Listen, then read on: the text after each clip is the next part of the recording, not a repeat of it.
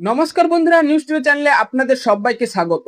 রোহিত শর্মা যে ইতিহাস সৃষ্টি করলো, সত্যি ভারতীয় দ্বিতীয় ব্যাটার হিসেবে তিনি 16,000 রান খাড়া করলেন, সেটা আবার ওপেনিং হিসেবে। কারণ বীরেন্দ্র সেহবাগের পর এবার দ্বিতীয় নামটা হচ্ছে সেই রোহিত শর্মা ভাই। ওপেনিং হয়ে যা রানটা করলেন, সত্যি ইন্ডিয়াকে ভাবাচ্ছে যে রোহিত শর্মাকে কি বাদ দেওয়া যাবে। তাকে অবশ্যই অবশ্যই আমরা দেখতে চলেছি 2027 সালে বিশ্বকাপ অবশ্যই খেলুক। কারণ ওপেনিং হিসেবে টিম ইন্ডিয়ার হয়ে কতটা কার্যকারী সেই রোহিত শর্মা, তিনি আবারও সেই আফগানিস্তানের ম্যাচে বুঝিয়ে দিলেন। এবং ভারতের দ্বিতীয় ব্যাটার হিসেবে যে 16,000 রান করলেন ওপেনিং হয়ে, সেটা ভাবাবে এবার টিম ইন্ডিয়াকে। এবং কেকেআর ফ্যানদের জন্য বিশাল বড় সুখবর, কারণ কেকেআর এর হয়ে এক দুর্ধর্ষ ক্যাপ্টেন্সি অবশ্যই কেকেআর আশা করবে। এবং এটা কতটা সত্যি সেটা নিয়ে আজকের আমরা আলোচনা করব। তাই কেকেআর এর ফ্যান হলে ভিডিওটিকে করো লাইক এবং ভিডিওর কমেন্ট বক্সে লিখে জানিয়ে দাও আমি কেকেআর। হ্যাঁ বন্ধুরা, আইপিএল 2026-এ যে ভুলগুলো হয়েছে সেগুলো অবশ্যই অবশ্যই 27 সালে কেকেআর পরিবর্তন করবে। সেখানে ক্যাপ্টেন্সির মূল ভূমিকা রয়েছে। তাই কেকেআর অবশ্যই চাইবে ভালো কোনো ক্যাপ্টেনকে আনতে।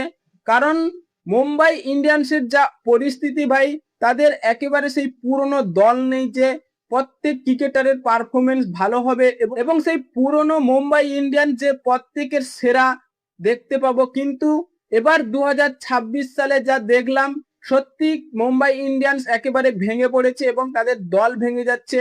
সূর্যকুমার যাদব, হার্দিক পান্ডিয়া, অনেকেই বড় বড় নাম শোনা যাচ্ছে যে তারা চলে যাবে এবং মুম্বাই ইন্ডিয়ান্স ছাড়ছে। তাই সেখানে বড় নাম উঠে আসছে ভাই সূর্যকুমার যাদব।